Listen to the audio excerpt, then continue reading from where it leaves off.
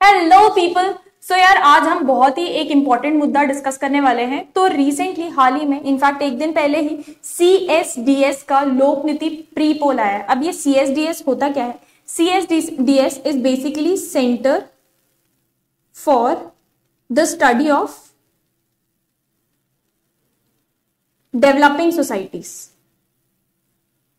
तो ये एक इंस्टीट्यूट है जो सालों से, आप अगर इनका लोक नीति पेज खोलकर देख लें तो यहां पर आपको 1900s के भी सर्वे मिल जाएंगे और एज रिसेंट एज 2019 में जो लोकसभा इलेक्शंस हुए थे उसका सर्वे भी पूरा का पूरा डॉक्यूमेंट फॉर्म में, PDF फॉर्म में आपको मिल जाएगा। तो ये क्या करते हैं, अभी हाल ही में अप्रैल में इन्होंने एक प्री पोल सर्वे कंडक्ट किया है। प्री पोल नाम से ही समझ में आता है, मतलब पोल जो मेन लोकसभा इलेक्शंस होने वाले हैं उससे पहले एक प्री पोल सर्वे, ये देखने के लिए कि right now what is the situation, लोगों का मानना, लोगों की थिंकिंग प्रोसेस कैसे है। एक तरीके से ये सर्वे कंडक्ट इसलिए भी किया जाता है कि आगे आने वाले जो लोकसभा पोल्स या इलेक्शंस होने वाले हैं उसका रिजल्ट थोड़ा सा पहले से ही प्रिडिक्ट कर ले। तो इस पोल में बेसिकली जो एक चीज निकल के आई है that is majority of the people talked about the topic of economics. इसलिए ये टाइटल आपको दिख रहा होगा कि हाउ दिस लोकसभा इलेक्शंस 2024 का इज ऑल अबाउट इकोनॉमिक्स। तो हर साल क्या होता है, हर साल रादर हर 5 साल में जब जब इलेक्शंस होते हैं, हर इलेक्शंस में कोई ना कोई एक मेन अहम मुद्दा होता है जिसको मेन हमारी सरकार as well as the opposition party पकड़कर उसको कैप्चर करती है, which is the entire core और द एसेंस, या जिसको हम बोल सकते हैं सेंटिमेंट ऑफ द पब्लिक।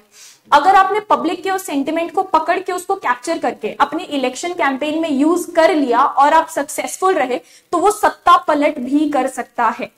इस चीज को कैप्चर करने के लिए ही ये प्री पोल चीजें कंडक्ट कराई जाती हैं, सर्वेस कंडक्ट कराए जाते हैं। कई बार पॉलिटिकल पार्टीज खुद में ही ये छोटे लेवल पे सर्वेस भी कराती हैं, बट ये जो सर्वे है लोक नीति का, ये नेशनल लेवल पे काफी बड़ा सर्वे होता है।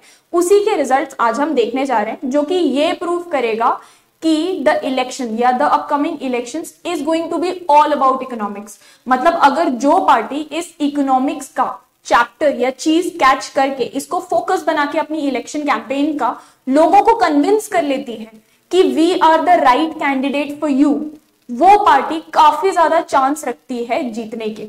सबसे पहले starting with things revealed by the survey, इस सर्वे में क्या चीजें निकल कर आई, ये 2 मेन चीजें थी जो 2019 के सर्वे से अगर आप कंपेयर कर लेते हो तो सिर्फ 1/6, मतलब अगर टोटल 60 लोग किसी चीज के बारे में बात कर रहे हैं तो उसमें से सिर्फ 10 लोगों ने मुद्दा उठाया था कि अनएम्प्लॉयमेंट और inflation which is price raise जैसी चीजें कंसर्न की है इस बार के लिए। इस बार मोर देन 50%, मतलब 30 से भी ज्यादा, 60 में से 30 से भी ज्यादा लोगों ने बोला है कि 2 मेजर इश्यूज जो है जो इस समय पिछले 5 सालों में देश में देखने को मिले हैं आर अनएम्प्लॉयमेंट एंड इन्फ्लेशन, मतलब प्राइस राइजेस। तो इस चीज से ही हमको मोटा मोटी अंदाजा लग जाता है कि एक जो मेजर इशू निकल के आ रहा है that is related to economics and 2 की एस्पेक्ट्स जो उसके हैं they are unemployment and price rise. 2019 में ये इशू बेयरली एग्जिस्ट करता था, तो अभी 2024 में 5 साल के अंदर ही ये इशू इमर्ज करके आया है। अच्छा, हाइलाइट्स जो थे रिस्पॉन्स के वो मेजर 4 थे। सबसे पहले एक तो limited employment opportunity.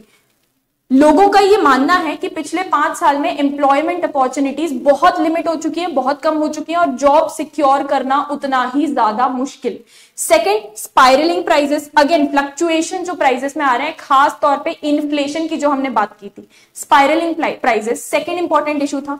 Third, increasing corruption, हर एस्पेक्ट में, हर हायरार्की में, हर लेवल पर करप्शन लेवल जो बढ़ रहा है, ये भी लोगों के लिए एक चिंता का विषय या कंसर्न का विषय था।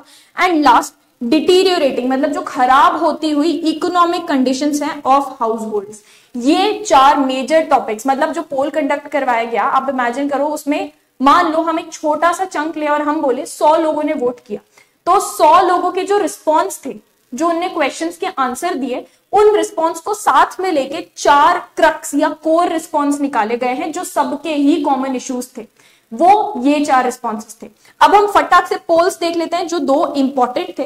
दैट इज, सबसे पहले more than 2/3 of the people, जितने भी रिस्पॉन्सेस टोटल आए उसमें से 2/3 या 2/3 से भी ज्यादा का ऐसा मानना था कि पिछले 5 सालों में जॉब्स पाना या सिक्योर करना बहुत ज्यादा डिफिकल्ट बन चुका है। तो this is a majority of population जिनको ऐसा लगता है।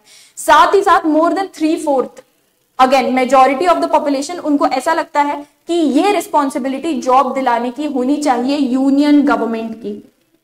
जब उनसे पूछा गया कि अच्छा आप तो मेजॉरिटी लोगों को ऐसा लगता है कि जॉब सिक्योर करना मुश्किल हो रहा है, तो आपको क्या लगता है ये किसकी रिस्पॉन्सिबिलिटी होनी चाहिए, ताकि एक कनेक्शन ड्रॉ कर पाए, ताकि लॉजिकल फ्लो समझ पाए कि लोगों की थिंकिंग प्रोसेस कैसे वर्क करती है।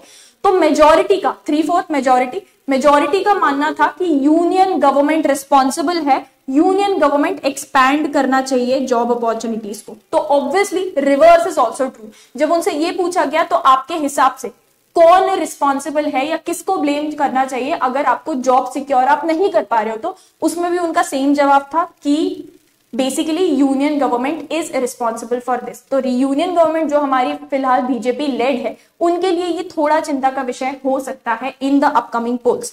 नेक्स्ट एक और जो पॉइंट था दैट वाज जब हमने बात की कि प्राइस राइज, अनएम्प्लॉयमेंट की बात हुई, नेक्स्ट पॉइंट जो आया हमारा प्राइस राइज या इन्फ्लेशन। उसमें मेजॉरिटी का ऐसा मानना था कि पिछले 5 साल पहले मतलब 2019 से पहले जो प्राइजेस थे उसके कंपैरिजन में प्राइस राइज फिलहाल में बहुत ही ज्यादा हुआ है।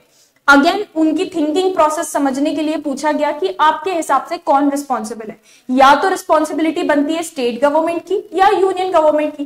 तो जब ब्लेम डालने की बात आई तो मेजॉरिटी ने ब्लेम डाला कि प्राइस जो बढ़ रहे हैं that is union government to be blamed. वहीं जब क्रेडिट देने की बात आई, जिन चीजों में प्राइसेस घटे हैं या रिड्यूस हुए तो उसका क्रेडिट देने की, शाबाशी देने की बात आई, तब रिवर्स आंसर यहां पे देखने को मिला विच इज स्टेट गवर्नमेंट को बोला गया। तो यहां पर हालांकि अगर चाहे तो हमारी सेंट्रल गवर्नमेंट इस चीज को यूज कर सकती है, बीजेपी गवर्नमेंट यूज कर सकती है इस चीज को कि पूरा का पूरा ब्लेम फिलहाल उनको नहीं दिया जा रहा है, तो they can use this for their advantage. वहीं ऑपोजिशन भी इसको अपने एडवांटेज के लिए यूज कर सकती है कि हर चीज यहां पे जो भी देखा जाए ये सारी चीजों के लिए the union government is responsible. दोनों ही अपने साइड से इस पीस ऑफ इंफॉर्मेशन के साथ खेल सकते हैं in their upcoming election campaign, and that is exactly what I think is going to probably happen in the elections. अच्छा, next topic जो आया वो आया household income।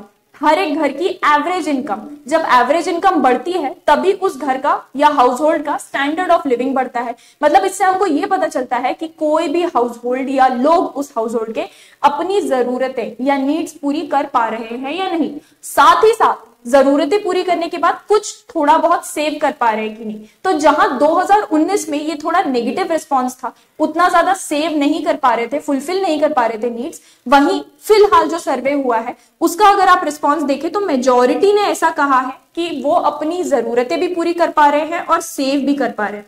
लेकिन यहां पे एक बहुत बड़ा मुद्दा जो नजर में आ रहा है, जो कि साथ ही साथ अनएम्प्लॉयमेंट और प्राइस राइज के रखा जा सकता है, इज द क्लास डिवाइड।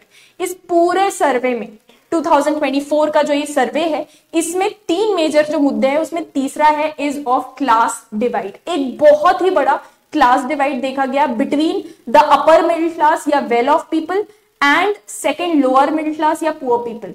दोनों के रिस्पॉन्सेस में काफी ज्यादा इनफैक्ट जमीन आसमान का अंतर था। जैसे आप यहां पे देख लें तो यहां पे जो पुअर थे, पुअर हाउस होल्ड्स थे, उनका ऐसा मानना था कि इतना ज्यादा बेनिफिट या इतना ज्यादा फुलफिल अपनी नीड्स वो नहीं कर पा रहे। वहीं जो अपर मिडिल क्लास थी या वेल ऑफ पीपल थे, उनका ऐसा मानना था कि वो फुलफिल भी कर पा रहे हैं अपने नीड्स और साथ ही साथ सेव भी कर पा रहे हैं। अब ये जो नेक्स्ट टॉपिक आता है इससे एकदम क्लियर हो जाता है कि क्लास डिवाइड कितना बढ़ चुका है फिलहाल पिछले 5 सालों में। एंड दैट इज जब ये पूछा गया, और खास तौर पे सारे के सारे रिस्पॉन्सेस इसमें पुअर पीपल के ही थे, जब ये पूछा गया कि गवर्नमेंट की जो भी डेवलपमेंट एक्टिविटीज गवर्नमेंट करती है उसमें आपके हिसाब से किसको सबसे ज्यादा फायदा हुआ है, तो majority responses were from the poor people. And पिछले बार जितने परसेंटेज ऑफ पीपल ने बोला था उससे 8% ज्यादा लोगों ने बोला है ऐसा कि ओनली द रिच, सिर्फ जो अमीर हैं सिर्फ उनको बेनिफिट हुआ है गवर्नमेंट की डेवलपमेंट एक्टिविटीज से। तो 3 जो मेजर मुद्दे निकल के आ रहे हैं जो हमको दिख रहे हैं, that is all 3 of them are related to economy या economics. And first one is unemployment, बहुत ही बड़ा कंसर्न है। Second one is price rise, again equally important concern. And third thing जो निकल के आ रही है जिसको वोट बैंक पॉलिटिक्स के लिए यूज किया जा सकता है, could be the class divide. अब देखने की बात यह है कि अपकमिंग लोकसभा इलेक्शंस में जब कैंपेन, अभी ऑलरेडी मैनिफेस्टो आप देखेंगे तो कांग्रेस का मैनिफेस्टो रिलीज हो चुका है, बट आगे जो डेवलपमेंट में आप देख सकते हैं कि प्रोबेबली इस इकोनॉमिक्स के एस्पेक्ट को दोनों ही साइड अपने अपने बेनिफिट के लिए यूज करेंगे। एंड वेरी हाई चांस कि ये गवर्नमेंट, हमारी जो रूलिंग गवर्नमेंट है, वो ये दिखाना चाहेंगे कि हमने कितना कुछ किया है इन तीन चीजों को टारगेट करने के लिए। साथ ही साथ हमारे अपकमिंग, अगर आप हमको जिताकर वापस लाते हो तो हम इन तीन चीजों को कंप्लीटली खत्म करने के लिए क्या क्या कर सकते हैं।